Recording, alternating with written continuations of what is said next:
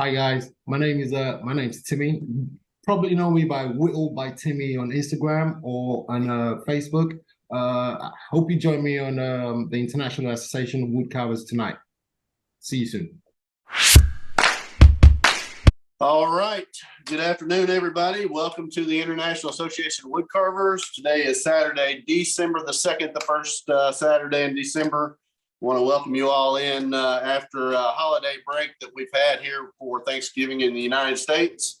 I do want to say thank you to Dave Levy and Dave Stetson for filling in for me a few weeks ago while I was out on family business for a funeral. I always appreciate those guys standing in and taking care of things when I'm not available. So I appreciate that. Today on our meeting, I want to talk a little bit about who we're going to have coming in.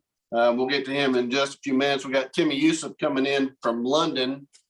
This reminds me that this is truly an international group. We try to get people from all over the world to come in and present, talk to you a little bit about carving journeys and struggles and those kind of things that come along with not having tools and wood and stuff that you need. So we'll hear from Timmy in just a few minutes.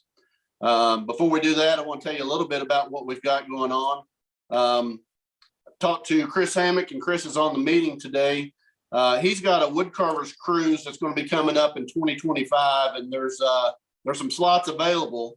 That woodcarvers cruise is from March the 28th through April the 7th of 2025. The information's out on Chris's Facebook page. And if you're interested in that, you can also probably reach out to him and he can give you some information about that. But if you're interested and available, it's a great way to take a vacation, allow your family to do some things while you're carving. And I think you're going to be carving while you're out to sea. And then when you're in port, you'll be able to go and do those things. So definitely check that out if you get a chance. And again, contact Chris if you have any questions. I want to tell you about some workshops that are coming up. January 5th, Janet Cordell is going to be doing a horse bust class. If you're interested in that, reach out to Janet. On January the 6th, Ryan Olson is going to be starting a class on carving a pretty female with character. Ryan's going to be on with us on the 16th of December to talk a little bit about that class that's coming up and do a demonstration. So you'll hear more about that when Ryan comes in. Then on January the 20th, Dave Stetson's going to be doing a class on carving the elderly couple. All this information is out there on Wood Carving Academy under their workshops. If you want to find out more information about it, you can go out on woodcarvingacademy.com and check that out. Again, you have to reach out to the individual instructors to get signed up. So make sure you contact them early so you can get the materials that you need to be able to sign up for those classes. As far as our schedule goes, again, Timi Yusuf's on today.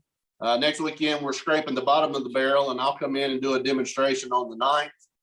On the 16th, Ryan Olson will be coming in with us, and then we're going to be off for Christmas and New Year. So after the 16th of December, we won't have a meeting until January the 6th.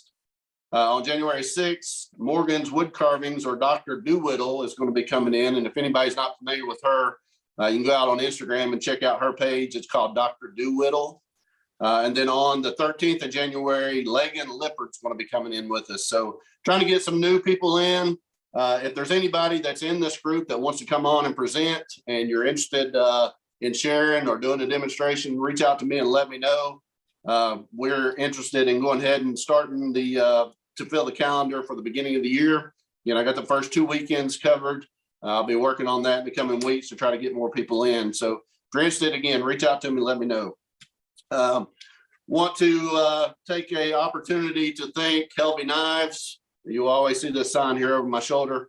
Helvey donates knives to us that we auction, and the proceeds to those donations or those auctions go to help us pay for the Zoom subscription that we use, that we've been using for almost 4 years now, to be able to have these meetings. So there's a lot of expense that comes along with that. And I just want to thank Helvey for always making donations and allowing us to do that.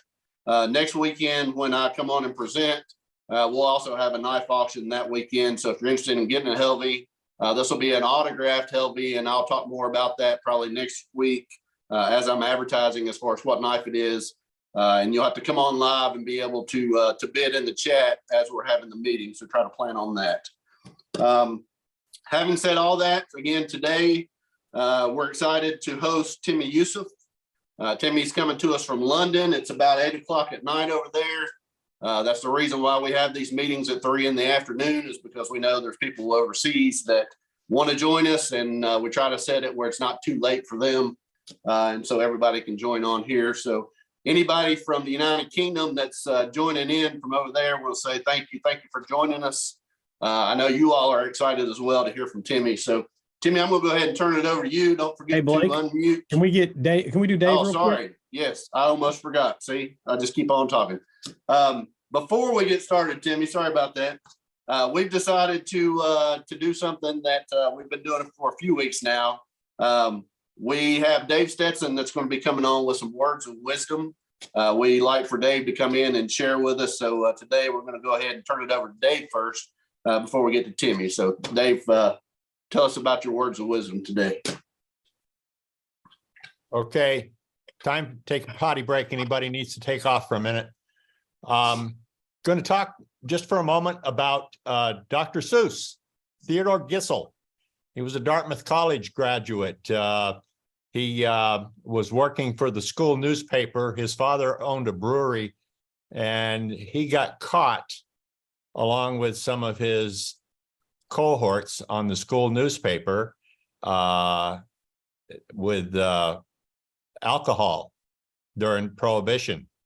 And so they were forced to quit all extracurricular school activities. But to keep writing for the paper, he changed his name to Dr. Seuss, which was his Theodore Seuss Gissel was his name. So he changed his name to Dr. Seuss so he could continue writing for the school newspaper. But he's also done a lot of art besides literature. He's also done some carvings. I've seen some of his wood carvings on the Antique Roadshow out of San Diego one year. And so a lot of his characters that he used to draw for his books. But that's Dr. Seuss, but you can look him up. But he had a quote that I'm going to share with you today. He says, in carving or expressing yourself, be who you are and say what you feel, because those who mind don't matter, and those who matter don't mind. All right, there's Dave Stetson's words of wisdom. Dave, I appreciate you coming on and sharing again. Thanks again for filling in for me a few weeks ago. So now, having said all that, I'm going to go ahead and turn it over to Timi Yusuf and give him the floor. And I'm excited to hear from him. We've had a couple of different discussions about his journey, so I'm excited for him to be able to share that with you all. And Timmy, we're going to go ahead and turn it over to you now. Thanks, Dave. Can you hear me? We got you. Great. Hi, everyone, and welcome to this another episode of this great show. My name's Timmy. I'm from London. I started this journey. It's a very short journey, so I don't have much to say, guys.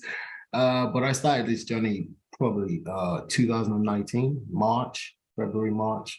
And basically, my son, I've got two kids, a son and a daughter.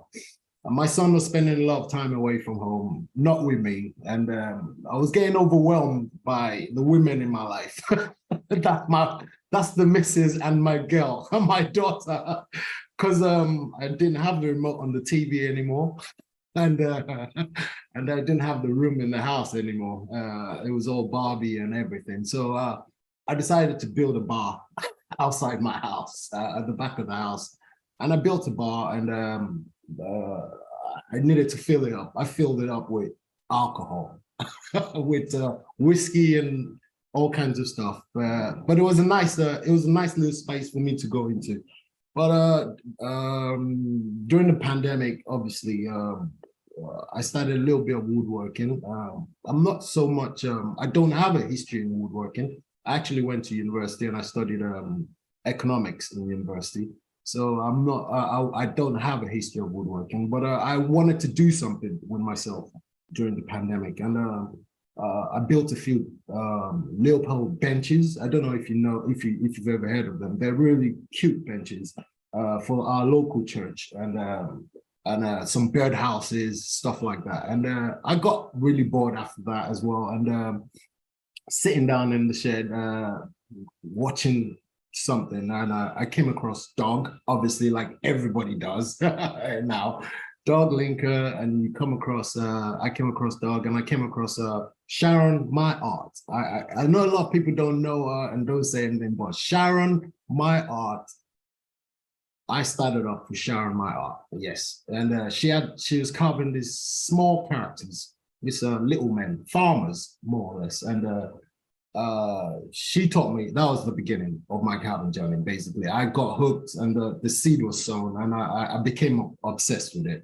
Obviously, I went to dog. I carved the gnomes, the little man, and stuff like that. And but I became obsessed. I became obsessed with the hobby. I became obsessed with wood carving. So and my thirst for knowledge obviously took me online, where I found caricature carvers and whittling club and UK whittlers, and I came across all kinds of carvers that I never knew existed. And I'm talking Chris Armack, I'm talking Dave Stetson, Ryan Olsen, and Kevin Applegate, especially, who's been great for me anyway in my journey. And I was like, I need to carve like that at some point. Do you know what I mean? I wanted to improve my carving. And I also came across the Wood Carving Academy, and that was a life changer for me. The Wood Carving Academy, I don't know if Blake mentions it or if he's ever mentioned it, but the Wood Carving Academy has been a lifesaver for me in terms of carving. Yeah, you can go on it anytime you want. Whenever you want, it's always there. The teachings are there. There's everything there. There's all kinds. There's Bob Hershey's there. Mark Akers is there. Ryan Olsen, obviously. Dave Stetson. Everyone you can think of. You want to carve a head, you go in there. You carve a head. You want to carve an animal, you can carve an animal. Do you know what I mean? And but apart from that, I just carved. I carved one a day. I carved a lot, and I carve a lot. And you can't get to wherever you want to go to in this hobby without carving. You just have to carve, you know. And can't think of say the wood that we're getting, because we don't get enough wood. We don't get like American basswood in the UK. I know some guys on here can testify for that. We use lime over here in the UK, and lime wood is slightly different to basswood, but they're from the same family. But obviously, the way it is it looks different because of the condition, the climate is grown in, obviously. So North American basswood or whatever basswood you guys use in America is quite different to our lime wood anyway.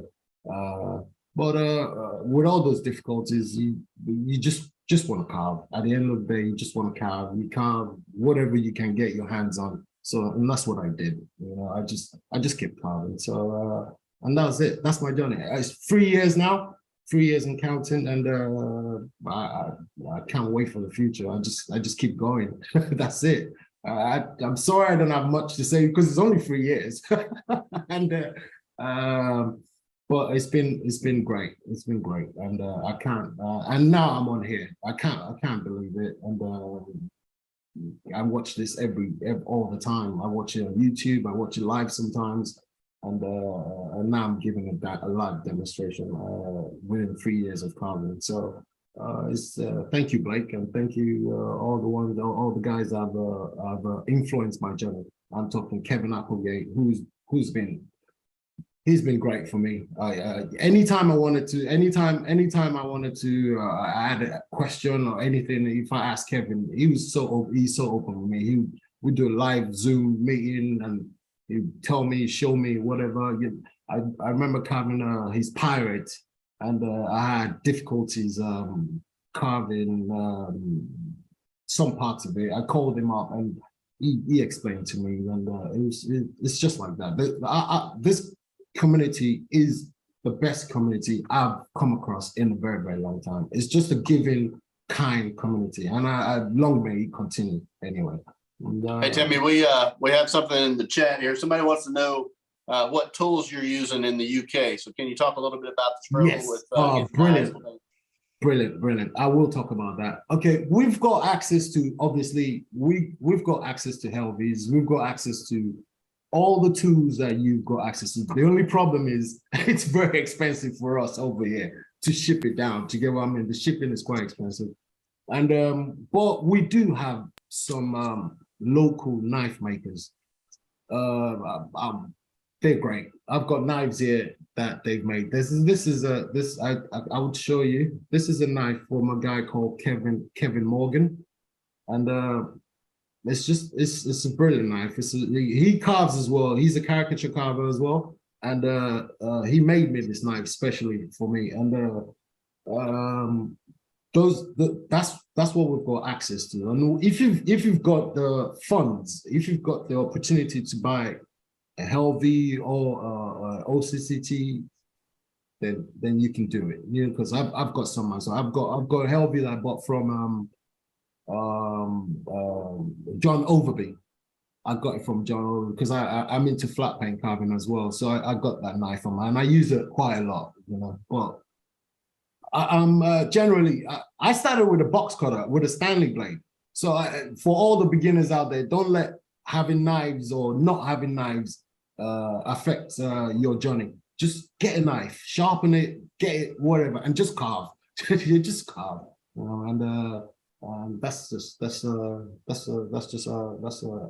that. That's all I've got to say. Really, just carve. So do you want to go ahead and get to the demonstration, you think, Yep. Timmy, at this point? Yep. Okay. We'll go ahead and change the camera over to his lap. Yep. You want to go ahead and explain what you're going to do there? Yeah. Hold on. Can you guys still hear me loud and clear? Yeah, you're good. Yeah. When Blake told me that I was going to be doing a live demonstration on here, I thought, what would I do? And basically, I thought I was going to carve this elf. Yeah. And I will tell you a brief story about this elf before I start. Basically, I support Arsenal Football Club, and I'm a season ticket holder at Arsenal Football Club with soccer. You guys call it soccer. And I think I went to watch one of our games a couple of weeks ago, and we had a bad game, and we lost anyway. And I came back home sulking, and you know, I went into the shed. I was like, what can I carve? Do you know what I mean? I need to carve something, get my mind off it. And I saw this online on Pinterest. I think it was carved by Rich Weatherby, and it was perfect for me because I love characters like this, and I had a go at it. But I ordered some wood, and I thought it was gonna come 2 weeks. It hasn't come. So we're gonna do something else. We're going to carve this today, if that's okay with you guys. Yeah, we're gonna be doing something like this today, and that's the Santa I'm going to be carving for you guys. So basically, if you don't have an angle wood, like, you know, the wood that already has an angle, where a lot of people use those that kind of wood now, and you can skip this stage really. But if you've just got a flat piece of wood, this is I'll also say that this carving is it's kind of like a mix of Jared Wood, Dave Stetson, Ryan Olsen, Kevin Applegate. I've mixed everybody into it when I make this carving. It's just like, it's basically the influences that all the influences that people that have influenced me. I just keep adding them whenever I carve. So the first thing I do basically is create ridges for the angle, and I just go about just creating it by just, if you can see me, this is what I'm doing. And I'm not even using a good knife. I'm just using an old knife, just for roughing out, basically. And I create this angle that will help me create the face. You know, and I'll start it off but I'll move on to something else because no one wants to watch me blocking this out for the whole half hour that we got or hour that we got, whatever. And Blake, since I don't have much to say, you can take any questions. I'll answer them. I'm watching the chat. So what you're doing there is you're making the angle up to the line, so you're trying to make it like a triangle. Exactly. I just put even the straight line. Just put a straight line down the middle, and I'm just carving towards it, making one ridge over here, trying to make kind of like a point. Gotcha. Yeah, and this is what you do if you don't have those. If you don't have a triangle or a piece of wood that you can easily use, you can skip all this if you have those. And Timmy, is most of your carving done with a knife only, or do you use gouges? Yep. Yep, I use a knife most of the time because basically I think anyway, I don't know what you guys think when you look at my carvings. Comic books. I love comic books. I've always loved comic books. I grew up with collecting comic books. I still collect comic books like Batman and all of that. And the characters I carve, if you look at their faces, they're kind of like cartoon characters with the knife cuts still showing, because that's what I love. Do you know what I mean? I love showing all the knife cuts on the face. You know, and they look like comic book characters. Where basically it's the influence I've got. So that's what I do. That's how I carve. So yeah, I most of the time I would just pick up a knife and I'll carve with that same knife. Yeah, obviously, occasionally I'll take the gouge out and use it there and there, but most of the time I just use a knife. Yeah, to carve. Yeah. And once you get to the point, you will get somewhere like this. I'll move it on to something else. I hope we can all see that. Timmy, another question in the chat. Let me ask you about this real quick. Yeah. Somebody's wanting to know if UK has a wood carving history, and I know we talked a little bit about spoon carving over there. Can you tell them the struggles as far as finding other caricature carvers, and the fact that there's no classes and things around you? That's right. Yeah. In the UK, basically, when I decided that, okay, I was going to go online and search and research about wood carving. I looked for caricature carving because that's what I wanted to do. But in the UK, you could basically throw a stone outside, walk out your door, throw a stone, and you probably hit a spoon carver out there. Yeah. There's so many spoon carvers out there. Yeah. And I love it. I do carve spoons occasionally when I do have the time or I do. But I'm more a caricature carver. I love caricature carving, and but we didn't have any of that in the UK. I personally, if you're on here and you're from the UK and you know anyone that does caricature carving that has been doing it for 20 years, please let me know, because I do not know. I've searched everywhere for it. I mean, our most famous caricature artist in the UK is Grinley Gibbons. If you research the name called Grinley Gibbons, you would find out. He was a caricature carver from way back, but we don't have a lot of caricature carving history in the UK, not that I know of anyway. And that's what took me online when I got to Facebook and I saw UK Whittlers, and it was basically UK Whittlers is basically a group for caricature carvers. We don't have any spoon carving in UK Whittlers. We don't even we can't even spell spoon. Admin will delete it if you spell spoon on UK Whittlers. Yeah, which I think is great anyway. Yeah, I'm sure Heather, who is our admin on UK Whittlers, I'm sure she's on here as well. She's a great lady, Heather, and that's it. So we don't really have we don't really have a history of caricature carving in the UK.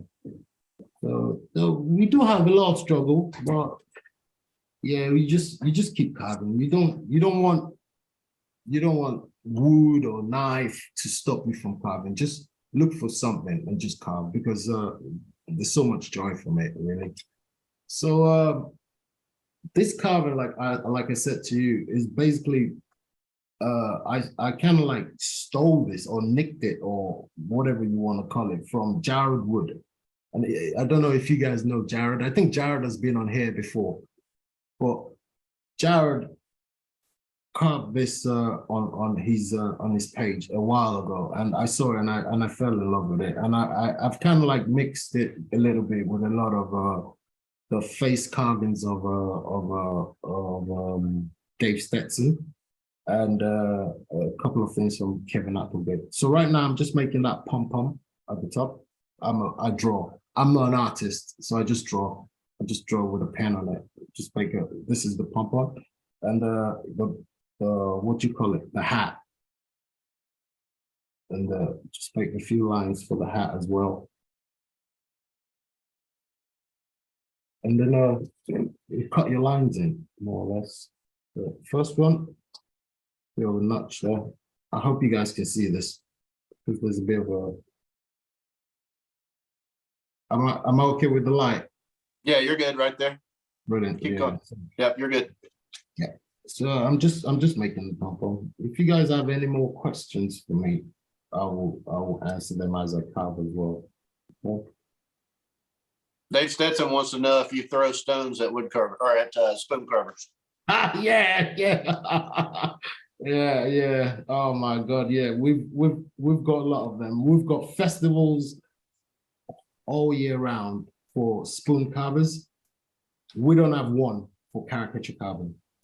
We don't have a single one. I think we've got about 50 or 60 carnivals or festivals throughout the year for spoon carvers and people that want to carve cooksas or spoons or bowls or whatever you want to carve.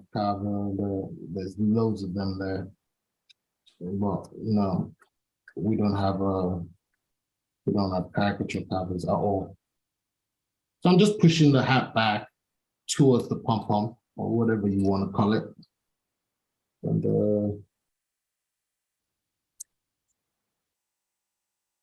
I think I mentioned in the beginning, I am a student of this.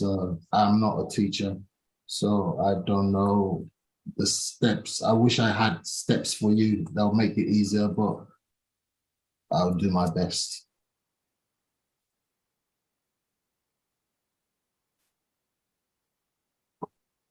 And Timmy, you said primarily you use lime wood to carve, so yes. You don't have basswood available there? No, we don't. Although I will say, it is the same thing. It's from the same family. Lime wood is from the same family as basswood. So it's just that the way it's grown, the way in the UK is slightly different to how it's grown, say, in North America or in the US.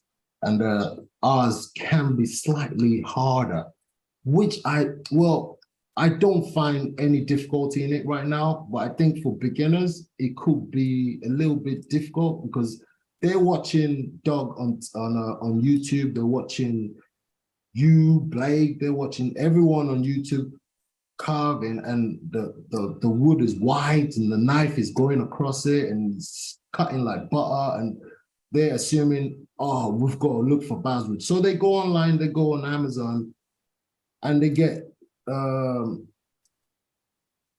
fooled into buying all this gimmick basswood on Amazon. I've had so many people contact me on UK Whittlers saying, oh, where did you get your wood from? And I always say, where'd you get your basswood from? And I always say, no, I don't use basswood. I use lime. I use the local lime. I've been using it now for 2 years, and it has served me well. I won't change it. Do you know what I mean? I mean, if I can get my hands on basswood, I will. I would love that, but yeah, it's not going to stop me from carving if I can get hold of it. Yeah. So we had somebody else ask if you were interested in teaching classes there in the UK. Yeah. Right now, I wouldn't say I want to. I wouldn't say it's a priority for me. I wouldn't say I want to teach right now because but I'm still a student. I'm still learning. I learn all the time, and there's so much more for me to learn. But I do want to spread this hobby in the UK. I would like more people to carve caricatures. We've had two meetups in the UK outside London. We went to what you call it, Ilkeston in where is it? Ilkeston. It's basically it's outside London anyway. And we met up there, and it wasn't a big turnout, but it was okay. I got to meet some fellow carvers. I traveled all the way there. I stayed the whole weekend, and I got to meet some fellow carvers from UK Whittlers, and we just chopped it up together. Do you know what I mean? And we had a good time. Yeah, and we would love to do more of that in the future.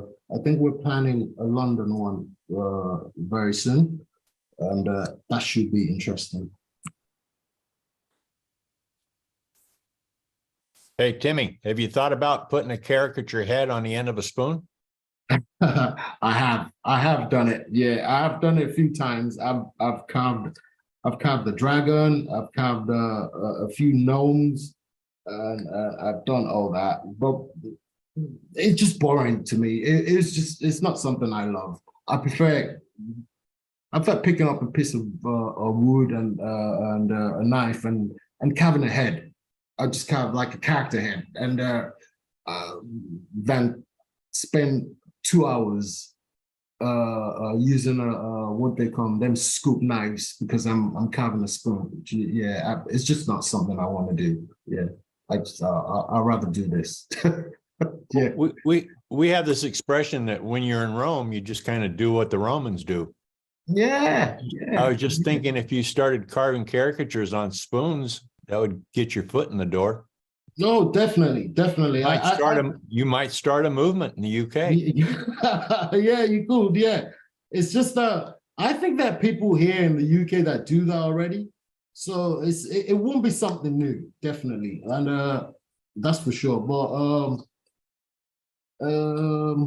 it's just not something that I love. I've tried it a few times. I've done a few cookses as well, and I have been to 1 or 2 festivals as well, where it was all spoon carving, and it was all rainy, and we were in tents, and it was all weekend, and we had a few beers and campfire and all that, and it was nice, and you carved the whole weekend. But no. I won't be doing too many of those. I wouldn't lie to you. Probably more fun just to drink beer and throw rocks. Yeah, exactly. Absolutely, exactly. And I'm not throwing shade at spoon carvers or people that love carving spoons. It's just not like them. It's just like people that love flat plane carving, or people that love rounding it up, or it's just what you like. It's your preference, I guess. Yeah. So just creating the hat, which is the most part of this carve. As if you've been watching me, I'm gonna notch the bottom of it right now, and basically I'm carving. When I'm creating this head, I use the same principles that Dave Stetson uses when he's creating his head, which is obviously the Riley method, or whatever what he calls it. I always forget, because there's so much for me to take, so much information for me to take. But I use the same method when I'm carving the head, and which is I'll explain to you in a second.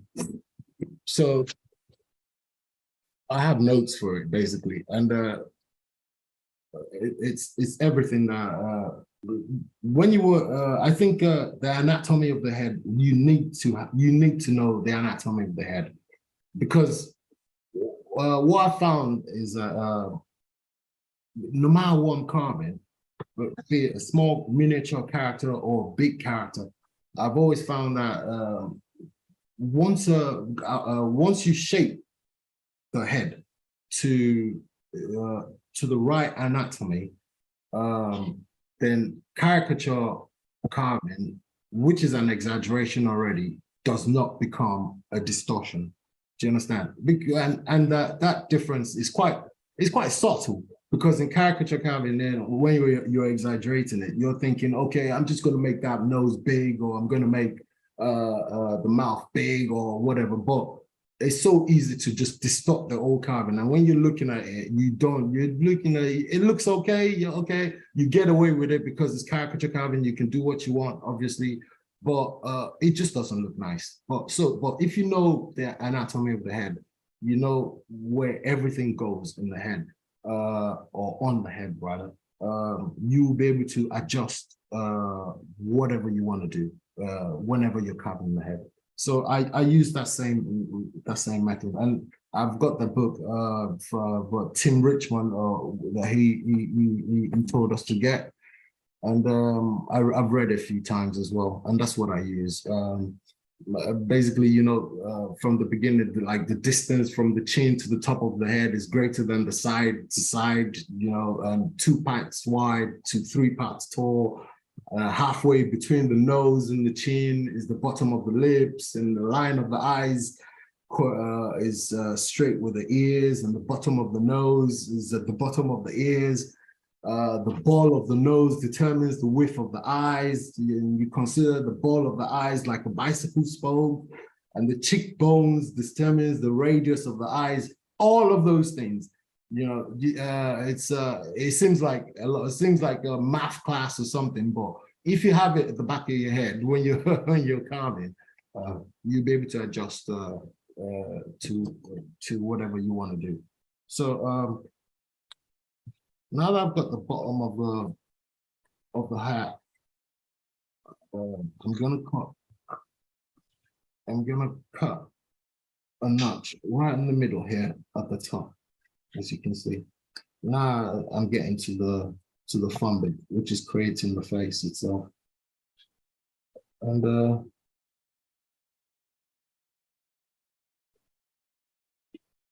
any other questions?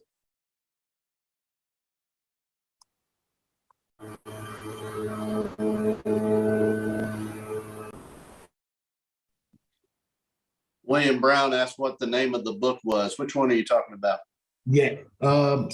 Just give me a second. I will be.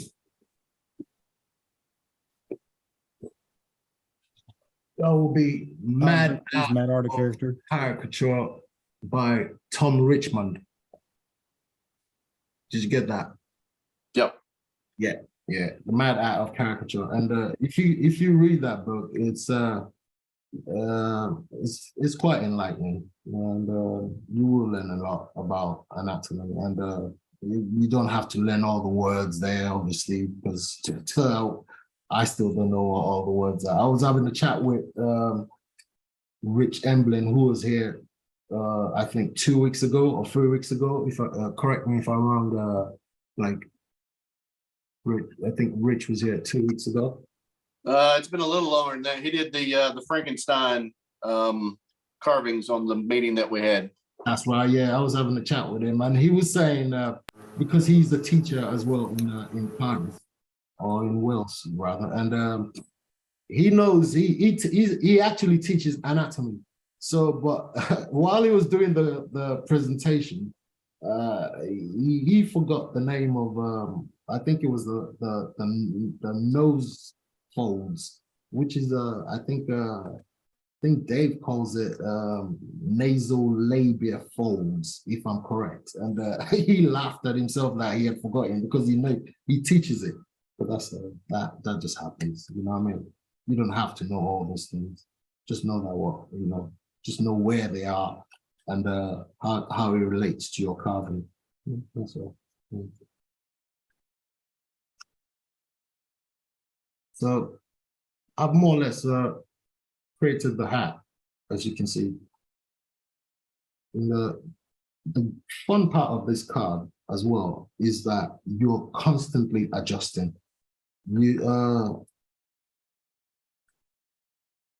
you're every part of carving this Santa basically reverberates, if that's correct. Basically, if you whatever you do to the hat will affect the face, and whatever you do to the face will affect the hat. So you're constantly adjusting it, you know, and which I think is fun anyway, you know. So.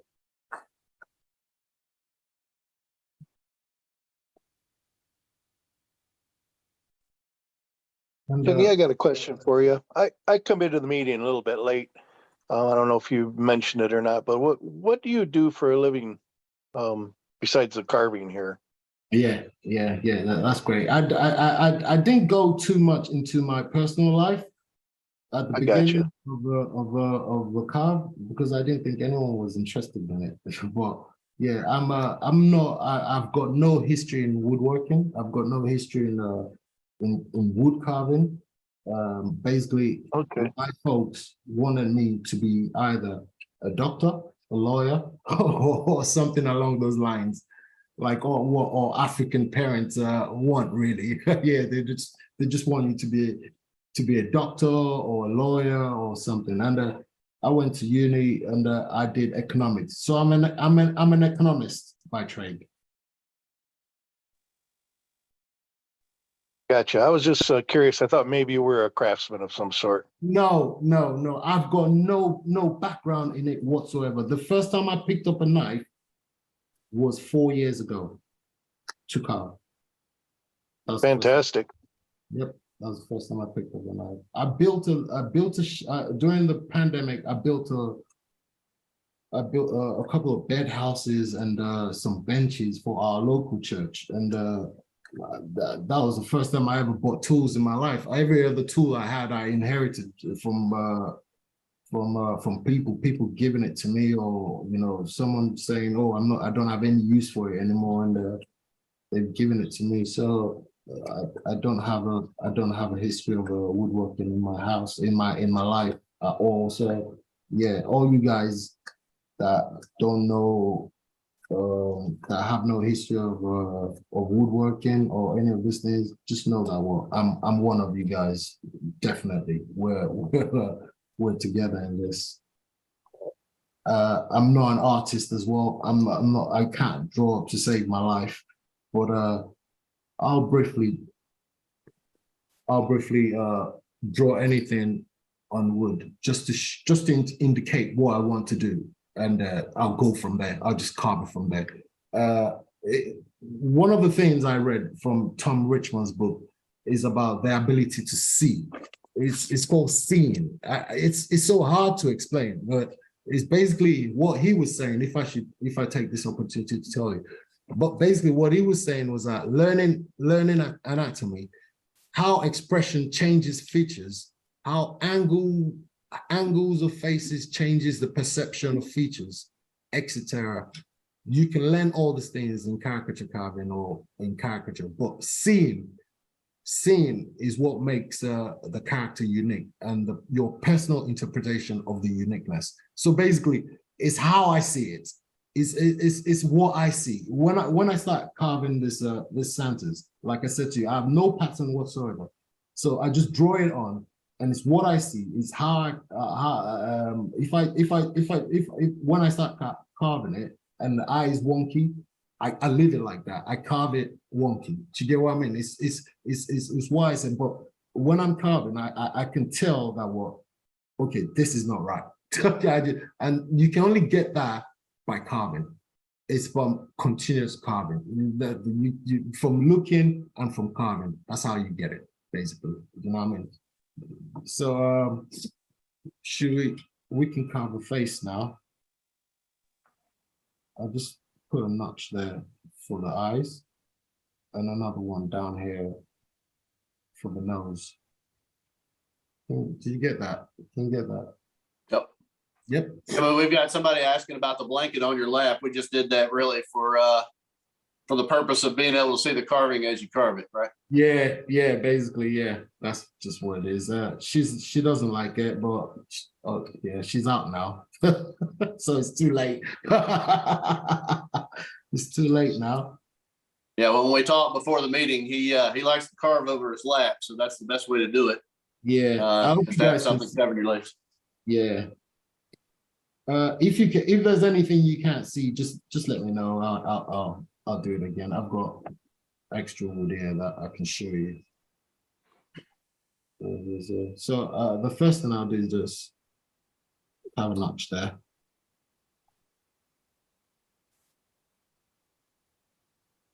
And the second one will be on for the nose. And I know I didn't say this when I started carving the Santa, but there's so many characters of Santa you can carve.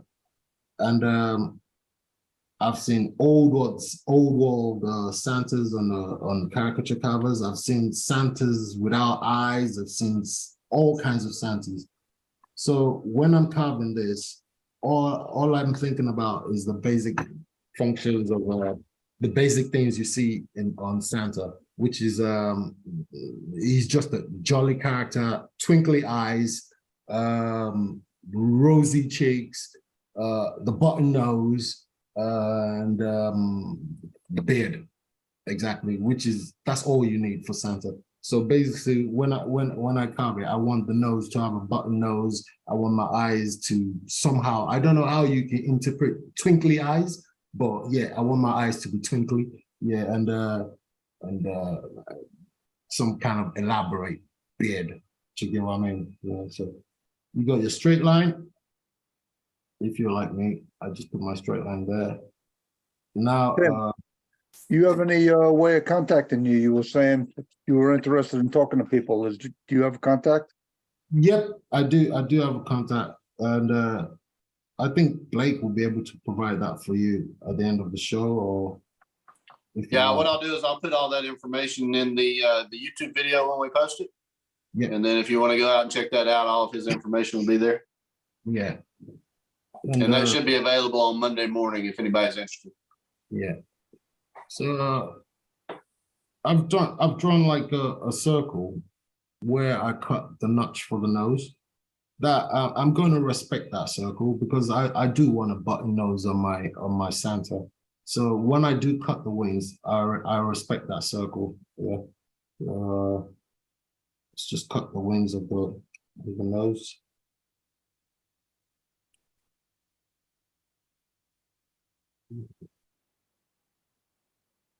And then I'm going to relieve back to the socket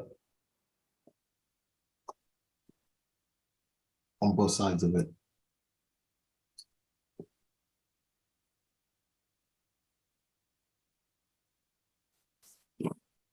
I'll reduce the top of the face and the sides of it again. So yeah, with this carve, I'm constantly adjusting. I have no set point, which is the beauty of it.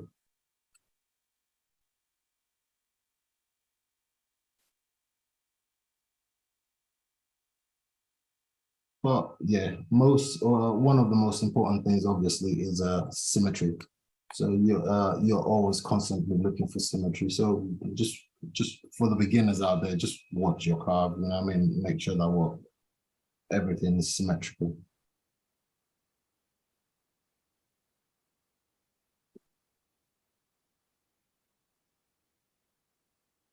All right. So next thing I will do, because so far I haven't made any major cuts, but at this point, at some point, you will have to you have to determine how wide you want your face, and I don't measure it.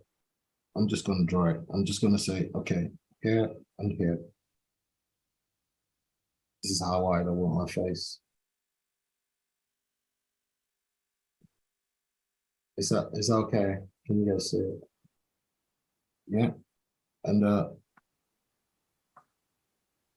like I said, I'm not an artist, but this is what I'm shooting for.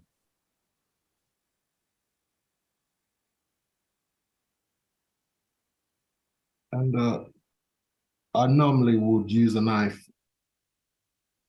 to cut all this, but you can always get whatchamacallit, a sort of V or a U gouge, and you can just go across your line.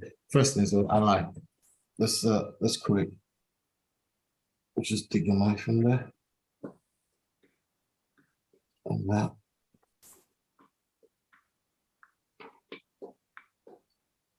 Like there. The other side of the nose.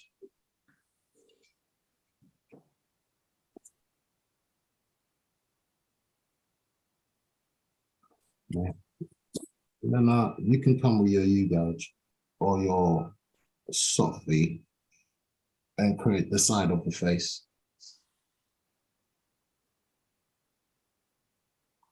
So Timmy, while you're doing that, another question in the chat. Do you sell your carvings? Is there anywhere? I don't really sell my carvings. I wouldn't lie. I have sold some because I needed the room for it. I didn't have any more room in the I didn't have any more room in the shed. So I had to get rid of some of them. But I do not sell my carvings. I have been asked to carve a few things in the past few years, like people asking me for commission, like trying asking me to carve something for them. And if their story is heart-wrenching, or like I've had a lot of my grandfather died and can you carve my yeah, do you get what I mean? And how can you can't really say no to that, really. When someone comes and says his granddad has just passed away and he wants a carving of to remind you of his granddad or his grandma or their dog passed away, and if the story is good and it touches me, and most of the time it does, I would help them out. I would carve it. Do you know what I mean? But I don't have an Etsy. I don't have any Facebook selling pages or any of those kind of things. But if you ask me for my carving, if you like it, if you say, "Oh, do you want it?" I'll sell it to you. I don't mind. Yeah, it's no problem. Or I've done a few swaps as well. Quite a few swaps. Yeah. So yeah, that's been great. So I got basically I used the soft V to create the what you call it, the zygomatic arch, isn't it? That's what you call it, Dave. To create the cheeks, the zygomatic arch of the face, and Yeah, you got it, man. yep, and then you create this the sides of the face, and you can go with a knife afterwards. But I generally don't, to be honest. Yeah. And then it's got no ears, so you got hair there, and the rest of it is more or less beard. When your mustache is here, and I tend to carve big as well and shave it down as I go. So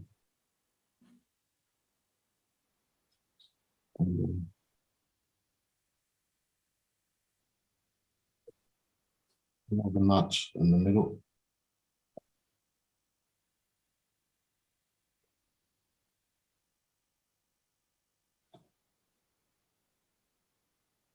You can actually use a V tool or U gouge as well here if you wanted to. If you're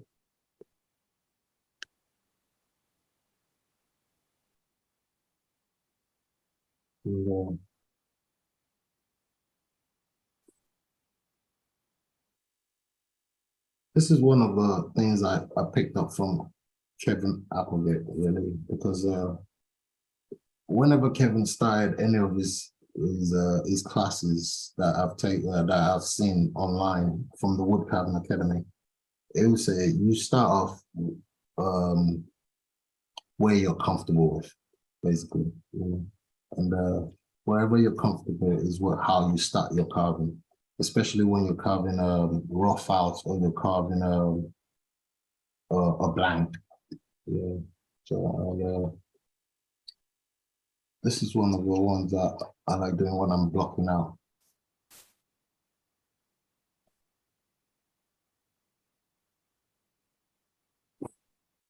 So, I mean, really, this carve you can do in half an hour. It's one of them kind of carves that you don't have to think too much, really.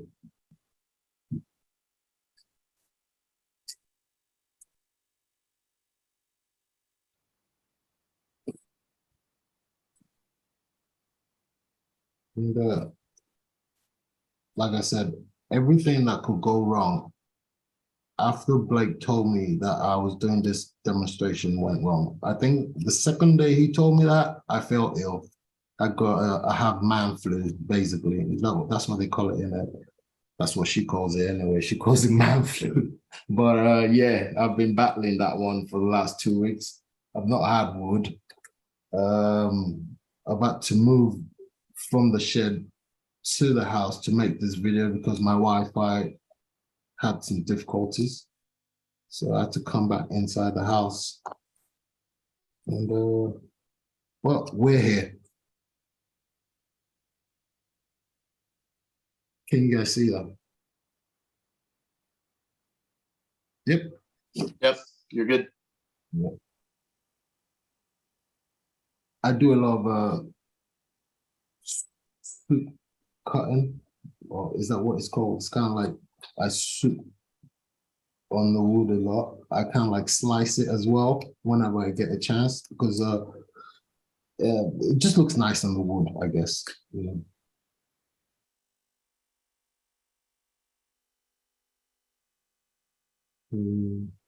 Jared would call it style, giving it style. That's what Jared would have said. I'm not sure if he's on here.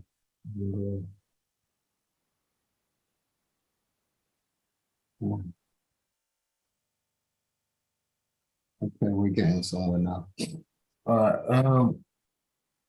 I remember saying earlier when I started about the anatomy, and I said the distance between the chin to the top of the head is greater from side to side. Basically, like 2 parts wide and 3 parts tall. But one of the most important parts of it is the temple, is the area just at the side of the eye. You basically it goes in. I don't know how to describe it, but if you look at the side of the eye, it's kind of like sunken. It's when you put that on the Santa when you're carving, yeah, basically I'm looking at here. So to create that, I use it. You can use your knife. You could just swoop it with your knife, which Ryan Olsen does a lot. Or you could use a gouge. Well, since we've got a knife, I'll just do that here.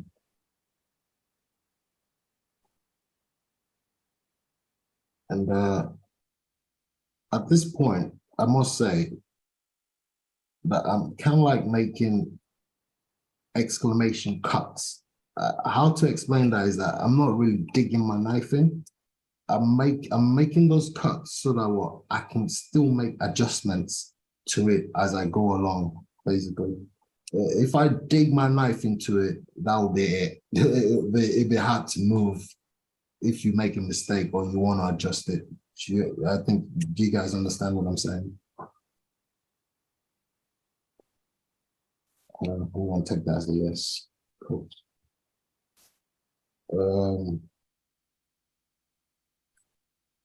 Yeah. I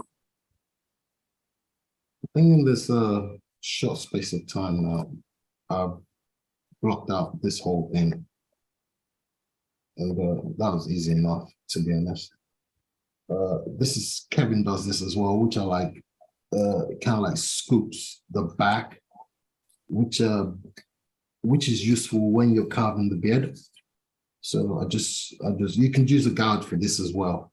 I'm being naughty right now, and I'm not even wearing a glove. Sorry, guys. just scoop it a little bit. And,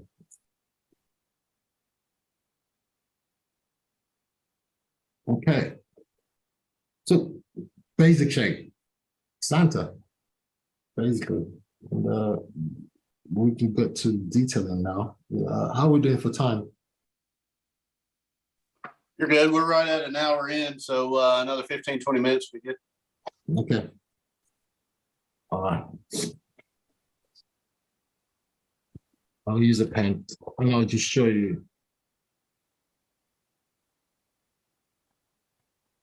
Say, still got a straight line in the middle. I'll create the ridges, the root ridge of the eyes. So just two lines there. The distance between, you know, where you cut the notch for the eye and the bottom of the nose, halfway through that, I'll just put a line there. That is your cheekbone. Basically, that line is quite an important line because I'm going to scoop underneath that eye, just reducing it, and that brings out the cheekbone as well.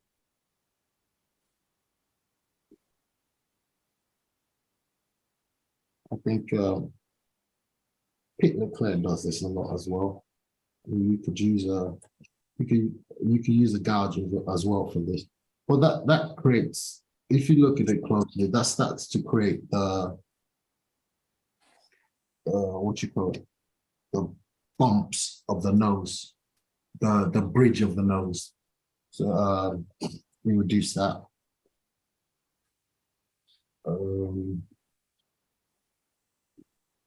We just clean that up a little bit so that's clear.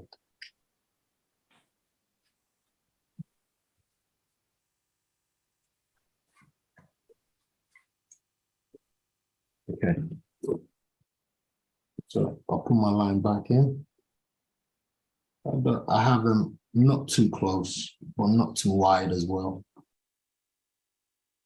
Just enough for me to adjust as I go along.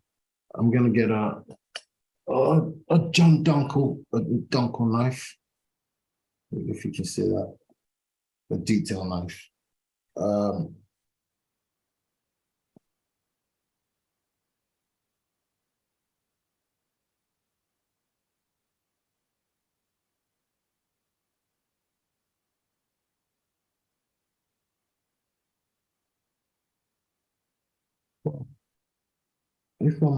I'll use this opportunity to say that I spent a year obsessed with carving eyes, and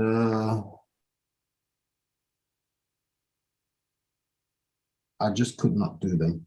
It didn't stop me from carving. It didn't stop me at all, but I was not happy with the eyes I was carving until I understood, obviously, the anatomy of the face. And this I'm creating right here, why I like it so much, obviously, is you're creating the face without carving the eyes in. Basically, what we're gonna carve is just slits. But it does show like Santa, a twinkle in Santa's eyes. I'll use this to show it to you. Basically, this is what I'm shooting for. You can see that. That's basically what we're shooting for. Yeah. And okay, we can bring that in, reduce that nose. It's a bit wide.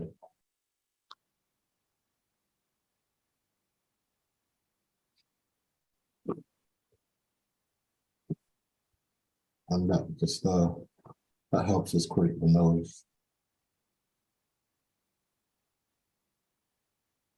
If there's anything I'm doing that you don't understand, just ask me and I'll tell you. Because like I said, I'm constantly adjusting.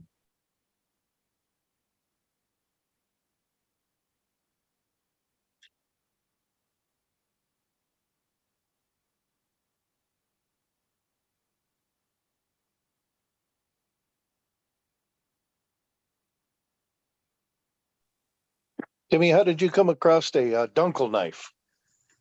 Um,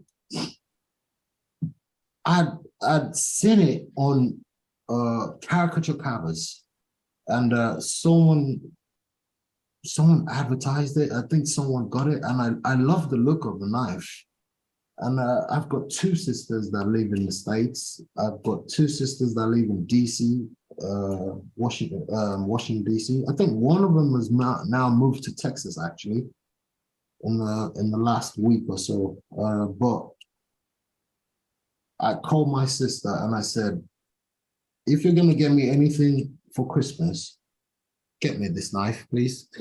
Yeah. Nice. And she did buy it for me, and she sent it over to me, and I did get it before Christmas as well, and that was amazing. I remember that, and I use it all the time. That's nice. Yeah, I have a couple of his tools. Did you get the dunkel dust, the polishing powder? No, I did not. I only picked up, mate. I will not lie to you. This was already expensive enough. I did not pick anything else up after that. Yeah. Yeah.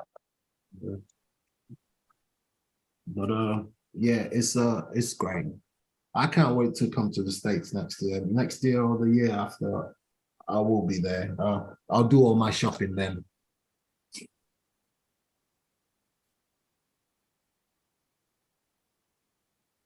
Timmy, you should try to come in September to the Caricature Carvers of America show out in Colorado.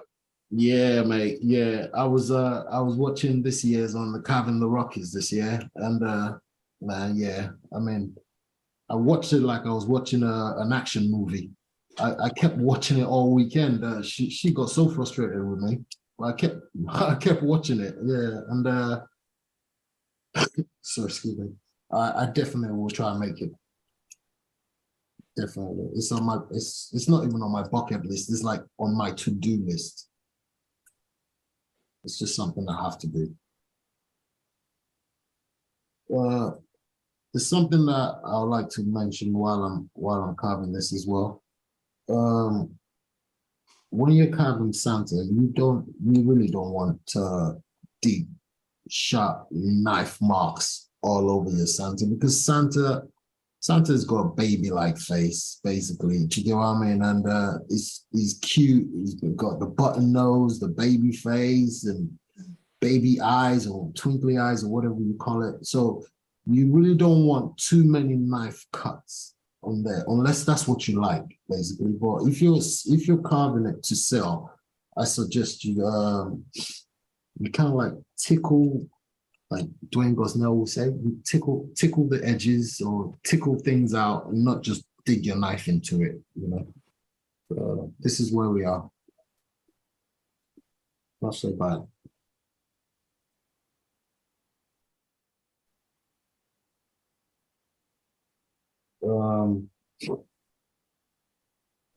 From me on out, it's simple. This is where you put your slit, and over there, well, and obviously I'll just pencil it in. So this is one with your cheek.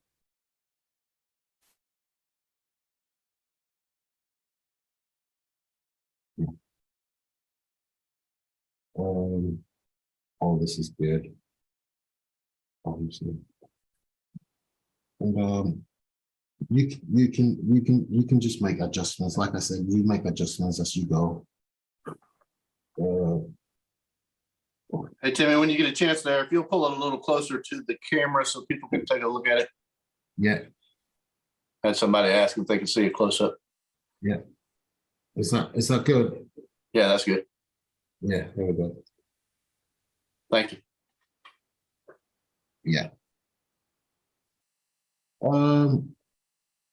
This is the first time I've ever done a video like this, so I apologize if you can't see and my whole setup, and well, I promise I'll get better. I'm always learning.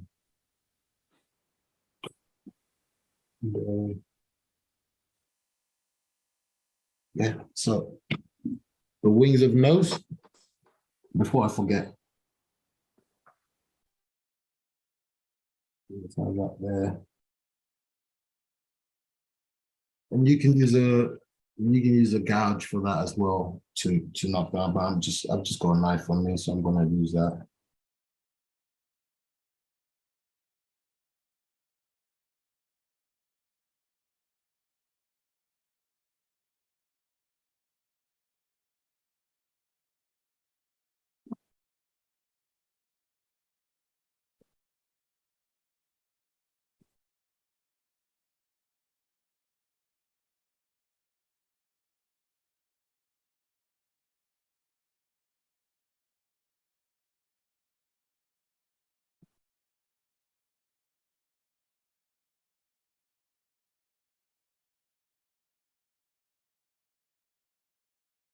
I hope I've not bored everyone to sleep, actually.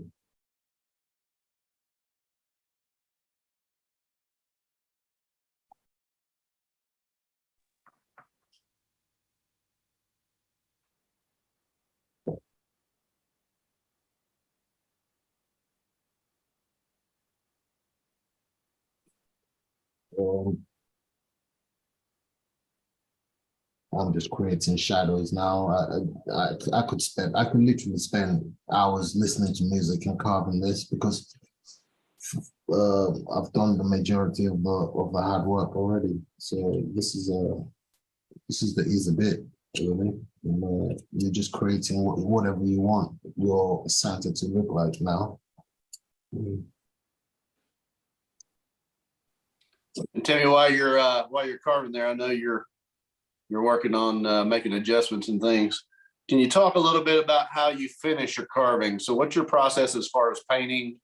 If you do any kind of antiquing or anything like that? Yep. I do. I have been experimenting with antiquing. I've actually picked up the Chris Hammett method recently. I tried it on a few wood spirits that I carved, and I really love the end product of it. But I generally don't antique my carvings, not because I don't want to, but I'm probably lazy. yeah, that's right. I'm probably just lazy from there on out. Yeah, but yeah, I've done a bit antiquing. I generally just soak him like everybody else in BLO. I add a bit of like a brown into the mix. I've got like a bottle that I use. I just dump BLO into it, and I dump the carving into it, or I use a brush and brush onto the carve. Let it pat it down with a paper towel, or let it dry the next day, and that's my base for it. I don't paint the skin. And I just water down all my colors. Every single color that I use on the carve is completely watered down. I'll show you an example. This was this is I don't know if you guys remember. This is Ryan Olsen's Hunter, and yeah, this is like the colors are all watered down. Blue, green, normal colors. I'm such a slow painter as well, but I know that I'm going to say this carefully because I don't want to get tongue tied. I know that you could turn an average carve into a spectacular carve with good painting, and you can turn a spectacular carve into a rubbish carve with bad painting. So I've learned that it was important for me to teach myself how to paint. I researched it. I went online.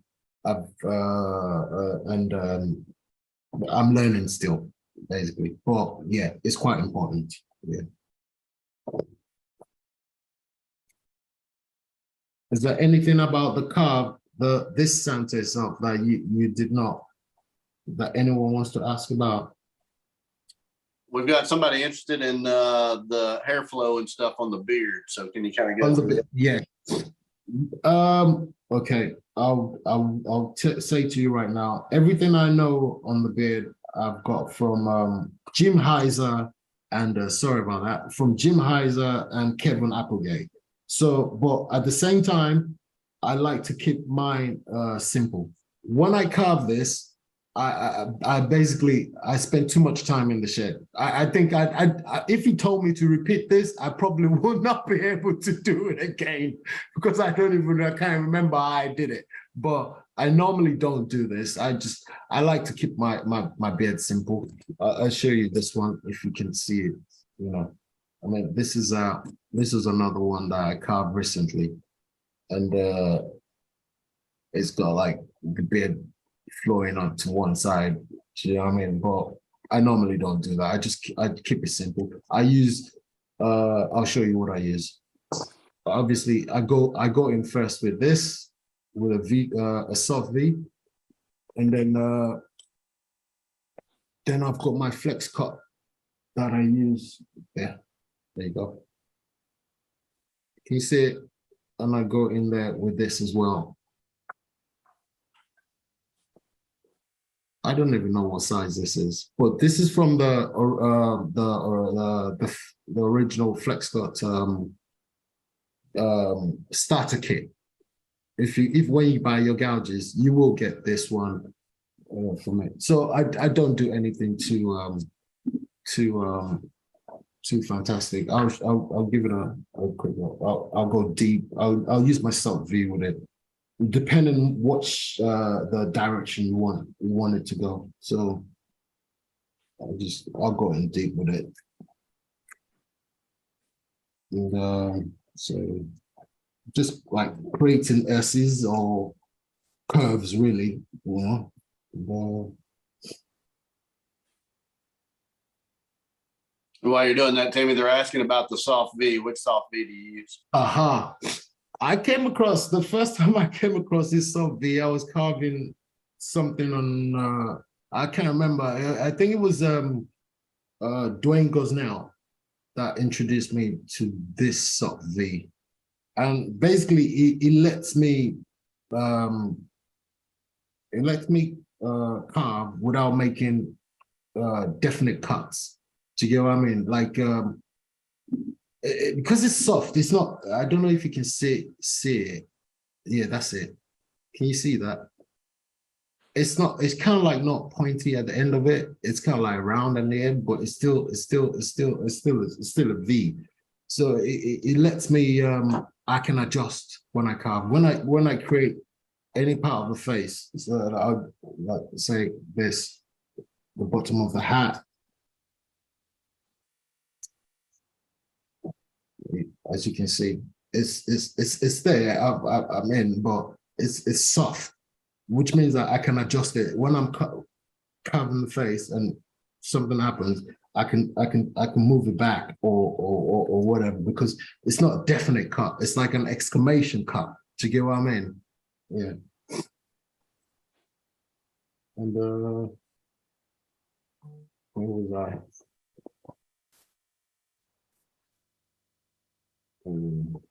There's so much here now. Are there any more questions regarding this Santa that I'm carving? So you start out with the soft V on the beard, and then you go. I start with yeah, exactly. I start with a soft V, just create like divots, really, and it depends on what direction you want the beard to go, and after that I can go in with my other, what the hell is that? There you go.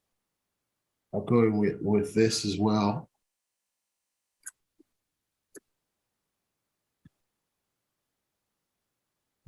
And I don't try and do too much right now anyway. I'm waiting for Dave Stetson to teach me how to carve those curly whirly beards that he's been carving recently. And this is what I do.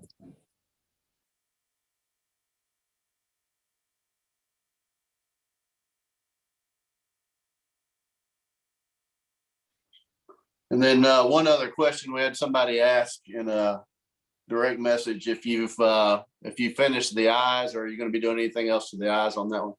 Yeah, yes. That's the joy of it. Like I said, you're constantly adjusting anyway. So I will use my knife and just create a slit there.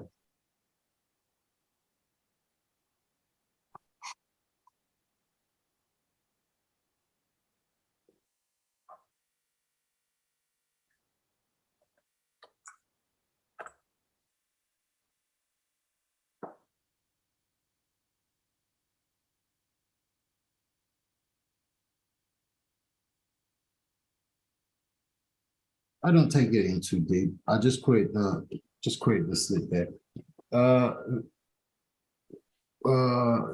Also depends what you want to do over here. You could just use a gouge.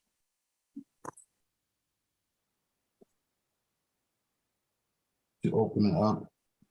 I'll create the mounds above the eye. That's your eyebrows. And just a scooping cut over there.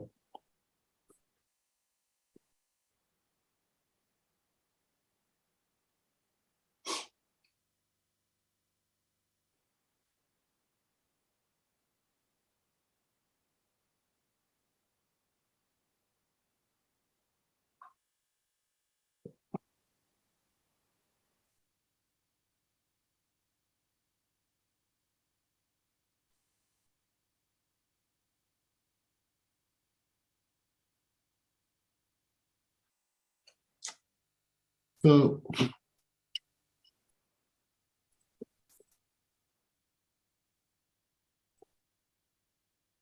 you can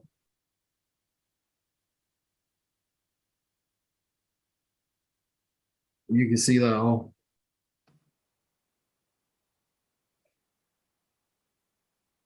At the end of this, when everything is all said and done, I do go around and create shadows by the nose,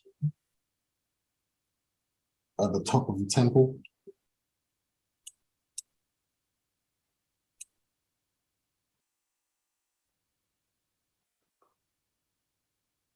Another question, Timmy, what's the biggest carving that you've done?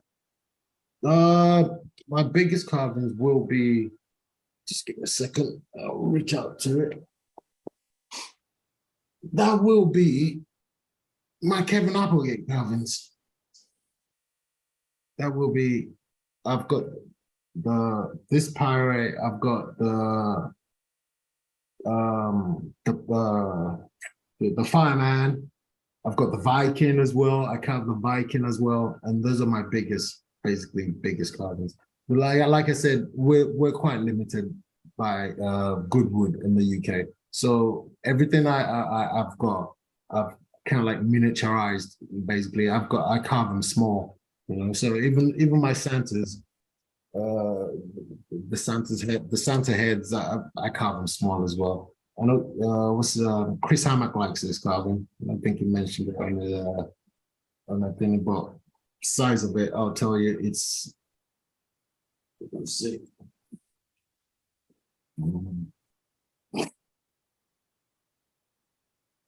Let's see. 4 or 5 inches. You know, it's nothing. But yeah, I generally don't carve large carvings or big carvings. I would love to do some bark carvings, and I've carved a few of them, but yeah, we keep it miniature in the UK for now on caricature carvings. Yeah, we keep it small. Yeah. I don't think I think I've covered everything on this Santa. I mean, you can really spend a long time on it and do what you want. But once you've blocked it out like this, then you know you've got everything you need. Timmy, so, we're at 25 after. Yep. I'll go ahead and open the floor up. Does anybody else have any questions, direct questions for Timmy that you want to ask? Yep.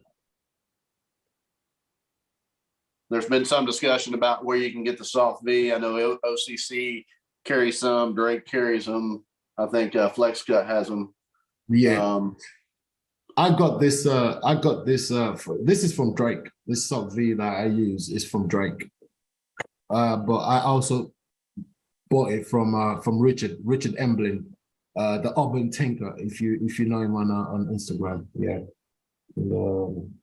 You can get it. You can get it. It's a good tool to have, basically, and you can get different sizes. I've only got one. I wish I had all the other smaller sizes as well. I would use it all the time. Yeah.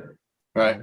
Yeah. I saw one other comment. Somebody was asking if Drake still makes tools. I know Gil Drake passed not too long ago, and from what I understand, someone in his family's taken that business on, and hopefully they'll be providing those tools going forward. But that's the last I've heard. If anybody else knows any different, go ahead and let us know. But hopefully in the future we'll be able to get passed away, and his son basically took over the business, Blake.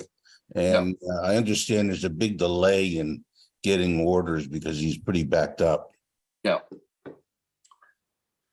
Okay, we'll go ahead and call the meeting at this point then. Timmy, I just want to say thank you for coming on. You're always welcome here. Again, it's international, so we appreciate you coming on and sharing with us. Hopefully you'll get some of the people over there in the UK whittlers to come on and join us, maybe present for us as well. I look forward to hearing about your journey as far as being able to get better quality wood and get the tools and stuff that you need there. And I know we kind of talked offline the other day about what we can do to try to help with that. So I'll be back in touch as far as that goes. So I just want to say thank you again for coming on, and thanks for sharing. And we look forward to seeing what you create in the future.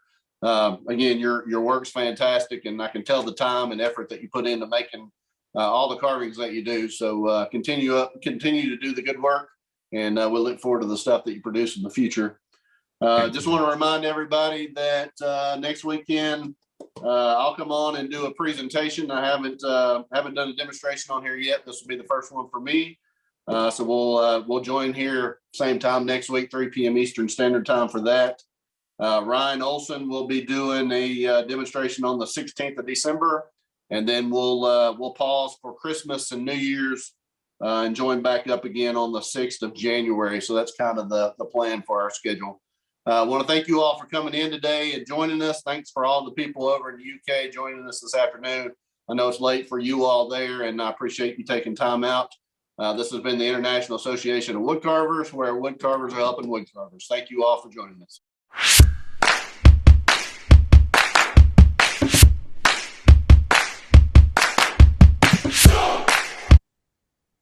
Boom. Beautiful. Professional. We'll get that down. We'll get You that. nailed it. Perfect. Let's see.